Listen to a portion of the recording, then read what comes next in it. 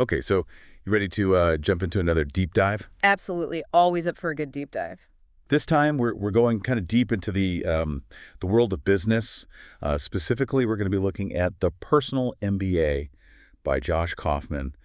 You've got some really, really awesome notes you've shared with me going through this book chapter by chapter, and it looks like really, really interesting stuff. So what we're going to do in this deep dive is basically pull out the most important actionable things. So it's like your cheat sheet to understanding business without going to business school, right? Yeah, exactly. Who needs that $100,000 MBA when you can just have this deep dive? Exactly. Right. So chapter one, why read this book?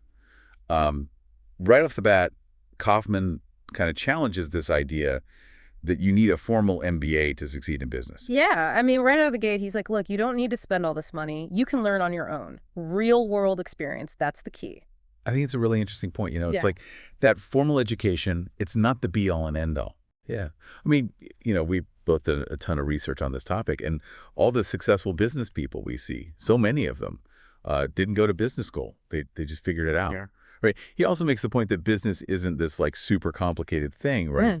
It's at its core, it's about creating value and doing it in a way that's profitable, right? Right. It's basic common sense and some fundamental principles, and you can go really far with that. Yeah, and I love how he points out like the cost of an MBA, like you're talking $100,000 plus, and a lot of the stuff you learn there might be outdated. Absolutely. Or too theoretical. You need the practical stuff. Right, exactly. Yeah. So, his whole approach is very practical. He's all about self-education, figuring it out. And he introduces this idea of mental models. Yeah, the mental models, like having the right tools, right? It's not just about, like, I don't know, memorizing facts and figures. It's Yeah. about having those frameworks to think about business. Right. Like you could have someone who graduates with an MBA, and then you've got someone who decides to open up a coffee shop. Right. And the person who opens up the coffee shop figures out, their customer, what they need. They figure out, basic economics like supply and demand. They figure out how to run a good business, and they might even do better than the person who went and got the MBA. And probably be a lot less in debt, too. Exactly. So that kind of leads us into chapter 2, which is all about value creation. Right. At the end of the day, every successful business is creating something that people actually want. Right. Exactly. You have to have something people want. So there's this concept that I found really interesting. He breaks down value into 12 different forms. Yeah. We usually think about like a physical product, right? Right. But there's, providing a service. There's shared resources. Subscription models, which we see all the time now. Resale, lease, agency, audience aggregation. Yeah, all sorts of ways to provide value that we might not immediately think of. Right. So, I think the example that really stands out for me is Netflix, Classic example. with their subscription model. Yeah. Right. They give you unlimited streaming, and all you do is pay this monthly fee. And for people, they feel like it's a good deal because they're not, buying individual DVDs anymore. Yeah, and it's so convenient. Like, just like, I want to watch something. Boom, it's right there. Yeah, it's amazing. And, what I find really, really interesting is, they started with DVD rentals. Oh, yeah. And then they transitioned to streaming. Right. So they were able to adapt. Adapted to what the market wanted. Right. And that brings us to this principle, the iron law of the market. Right. It's like you have to have like a large group of people who are willing to buy what you're selling, right? If there's no demand, it doesn't matter how good your product or service is. Yeah. It's that classic, build it and they will come. It doesn't work that way. It doesn't work that way, yeah. And I think this is such a key point.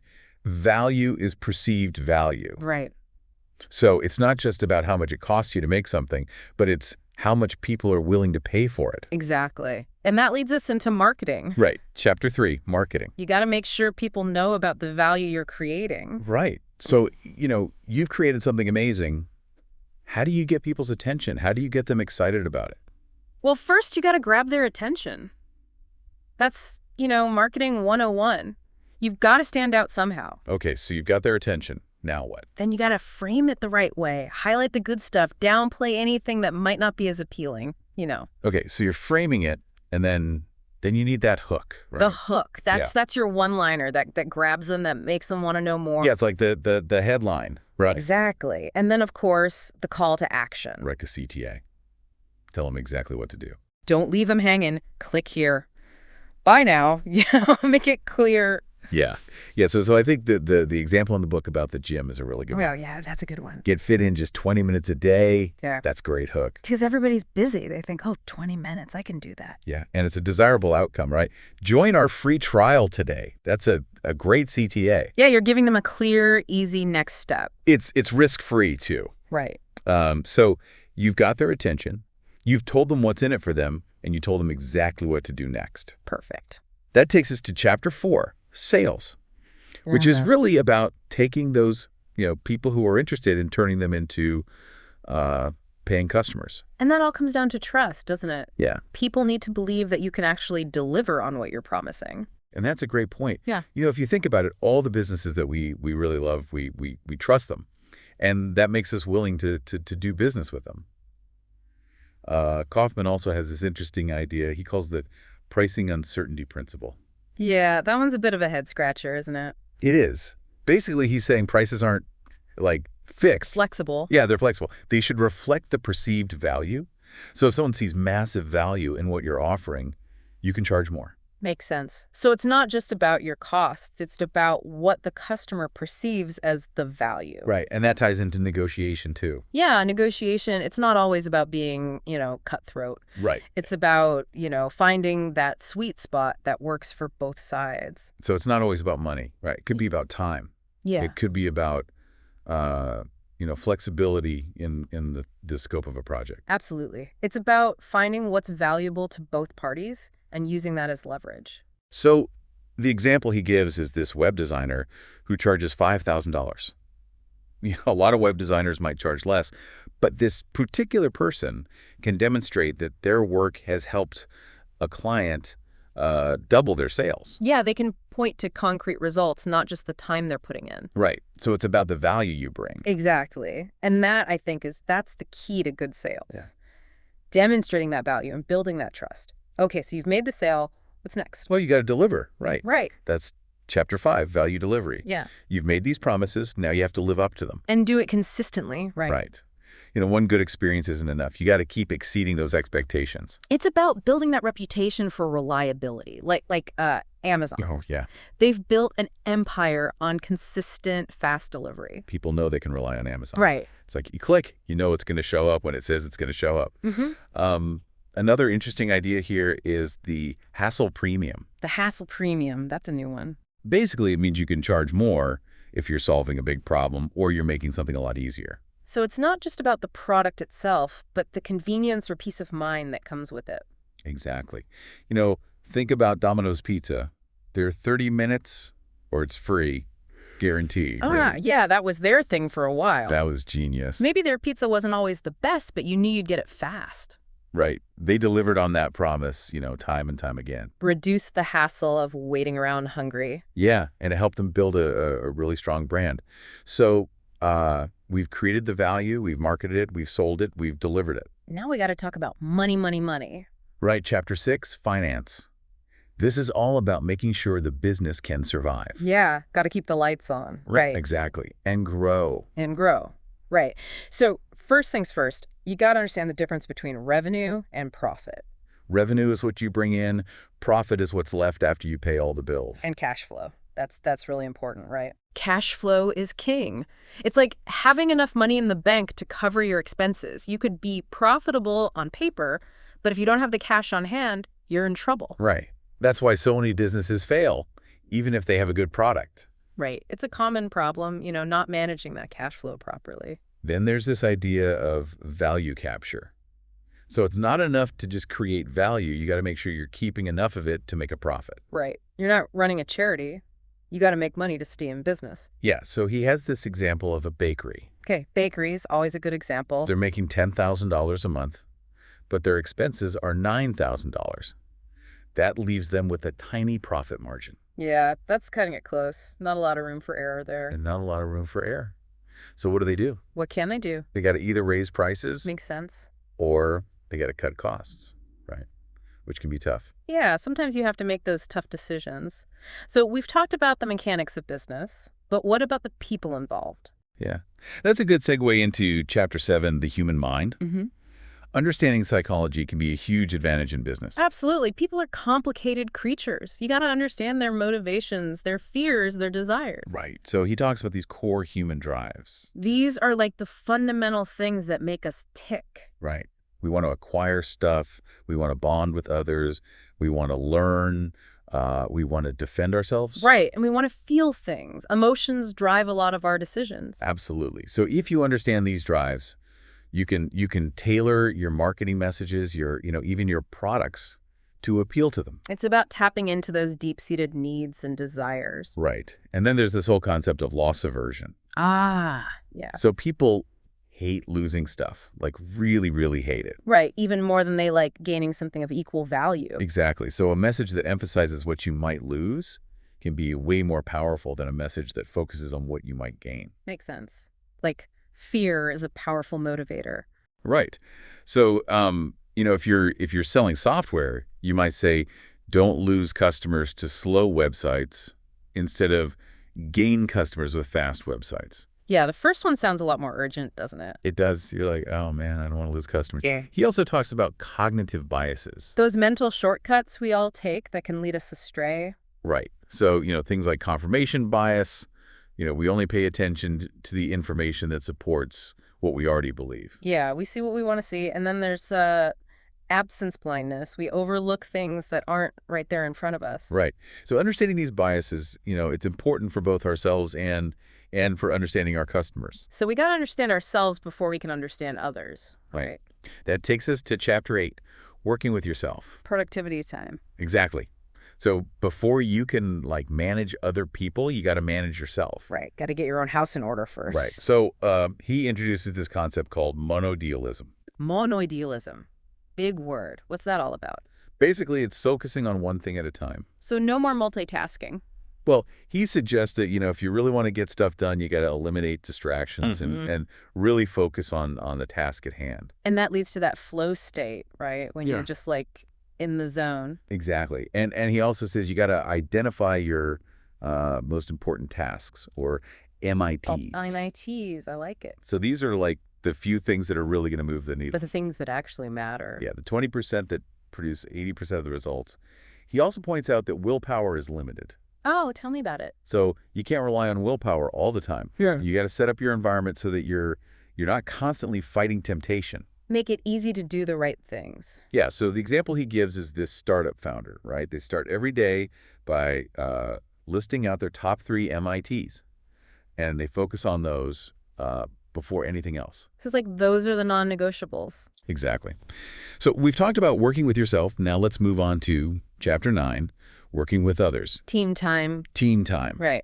So most businesses, they involve some level of collaboration, right? Absolutely. You can't do it all alone. So he really emphasizes trust and reputation. People want to work with people they respect and they believe in. Makes sense. You're not going to put your heart and soul into working with someone you don't trust. Right.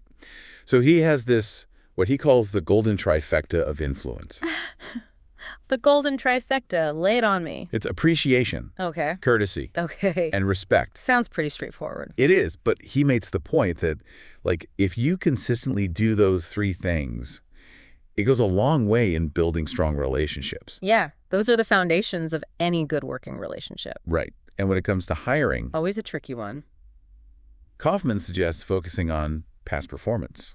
What has someone actually done? So look at their track record, not just their resume. Right. So if you're hiring a graphic designer, don't just look at their portfolio.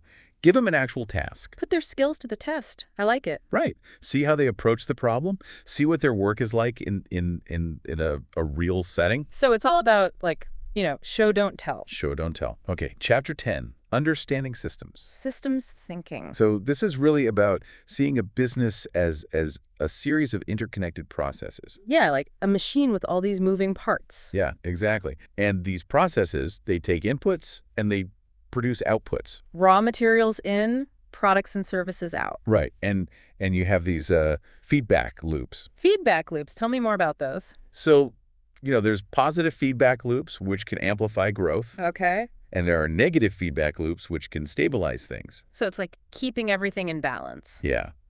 And one of the most important things to understand is bottlenecks. Bottlenecks. Ah, those pesky things. So a bottleneck is basically a point in a process that's slowing everything down. The weakest link in the chain. Right. So, if you have a coffee shop and there's only one barista, Uh-oh. Bottleneck city. right, that's a bottleneck. Yeah. And it can create long lines, it can frustrate customers. So how do you fix that? More baristas. Right. Or, maybe you change the way you make the coffee, right? Mm. Streamline the process somehow. Hmm. So once you start seeing the business as a system, it's a lot easier to identify those bottlenecks and fix them. And then you can really optimize things. Right. Which leads us to Chapter 11, Analyzing Systems. So we've got the system, now we got to figure out how it's working. Right, exactly. So this is all about measuring and analyzing those systems. So key performance indicators are really important here. KPIs, the metrics that tell you how you're doing. Right. So things like, sales revenue. Right, or customer satisfaction scores. Or website traffic. Whatever is important to your business, you got to track it. So it's like keeping a close eye on the dashboard. Exactly. And you don't always need a ton of data. Yeah, sometimes you can get by with a sample, right? Right. A smaller representative sample. But here's the thing. Correlation does not equal causation. Just because two things happen at the same time doesn't mean one causes the other. Right. Like classic example, ice cream sales and drowning incidents. Right. Both go up in the summer. Yeah, but one doesn't cause the other. It's the heat. Right. Good. It's the heat that causes both of those things to go up. So an example of this is an e-commerce site might track their cart abandonment rate.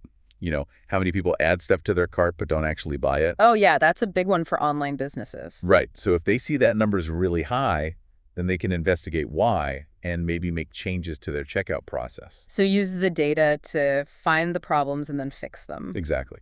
Okay, final chapter, Chapter 12, Improving Systems. So we've analyzed it. Now it's time to make it better. This is where all that analysis comes together, right? Mm-hmm. So this is all about iteration. Iteration, like trying things out and seeing what works. Exactly. So, like A/B testing. Testing different versions of something to see what performs better. Right.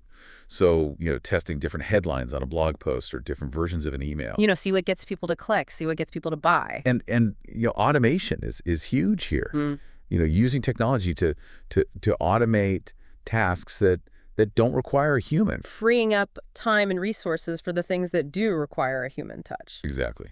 And then finally, checklists. I know it sounds simple, but for tasks that need to be done consistently. Especially if they're critical, like you don't want any mistakes. Right. Checklists can be like lifesavers. It's like that extra layer of protection against human error. So, a blogger might have a checklist for every blog post they publish. Make sure they've hit all the key points before they hit publish. So as we wrap up this deep dive into the personal MBA, I think the big takeaway is that business success, it's not like magic. Right. It's not random. There are these fundamental principles that really drive it. Creating value, marketing it effectively, selling it, delivering it consistently, managing the money well. And understanding the human element, Yeah, both the people you work with and the people you're selling to. Right. And seeing your business as this system of interconnected processes. And Kaufman does a really good job of making all these ideas really tangible. Right. He uses those real world examples like Netflix, Domino's. It's not just theoretical stuff. Yeah, and that's what makes it so useful. It's like, okay, I can see how these principles actually play out in the real world. So as you think about all these principles, is there one that you're going to reevaluate maybe in your own work or in the businesses that you interact with? Yeah, definitely food for thought. And I'm curious, for you, after going through all of this, what area are you feeling most compelled to explore further?